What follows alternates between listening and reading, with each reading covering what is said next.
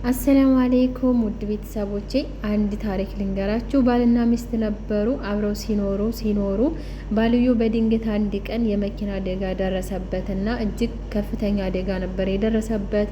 በጣም ተጎድቷልና በሕክምና ሲከታተል ነበርና ፓራላይዝ ሆነ ማለት ነው። ሚስቱ ደግሞ በጣም ቅንና በጣም ጨዋ፣ በጣም ፍቅር የሆነችና የምትወደው ነበረ። ተንከባክባ ቤተሰብ ሁሉ የተወኑሷ ተንከባክባ እያሳከመችው እየተንከባከበችው ራሷ አንስታ ራሷ አብልታ ሁሉን ነገር ራሷ አድርጋ ማለት ነው። ስታስታምም እየተሻለው ሲመጣ በመሀል አረገዘችና ወለደች ማለት ነው። ከዛ እሱም በሂደት በቆይታ ቢያንስ ለ6 ዓመት ሙሉ አሳክማ በ6 ዓመቱ ጤንነቱ ተመለሰለትና ልክ ወደ ድሮ ተመለሰ ማለት ነው።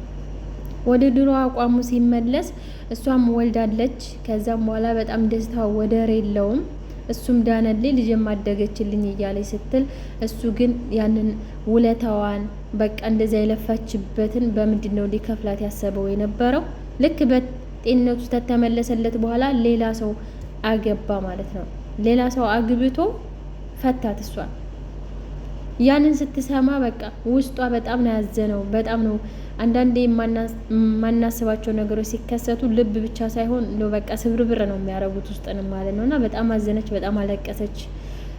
ግን ደግሞ እሱ ለዚህ በቅቶ ተሽሎት እሱ ድኖ በቃ ደስ ካለው ያግባ ብላ ውስጧን እየከፋው ከላይ ለማስመሰል ተቀብለዋለች ማለት ነው። እሱ ግን በምላሹ እሷ ተንከባክባ አሳክማ ውለታዋንም ፍቅሯንም ድካሟንም ማለት ነው በዚህ መልኩ መልሶላታል ማለት ነው። ምን ትላላችሁ? ከእንደዚህ አይነት ሰው አላህ ይጠብቀን ውዶቼ ማለት ነው። አንዳንዴ ሰዎች ሀቂቃ በጣም ይጎዳሉ፣ የነበሩበትን ያረግንላቸውን ይረሳሉ ማለት ነው። እና ከእንደዚህ አይነት አላህ ይጠብቀን እላችኋለሁ። እናንተ ብትሆኑ ምን ትላላችሁ? በኮሜንት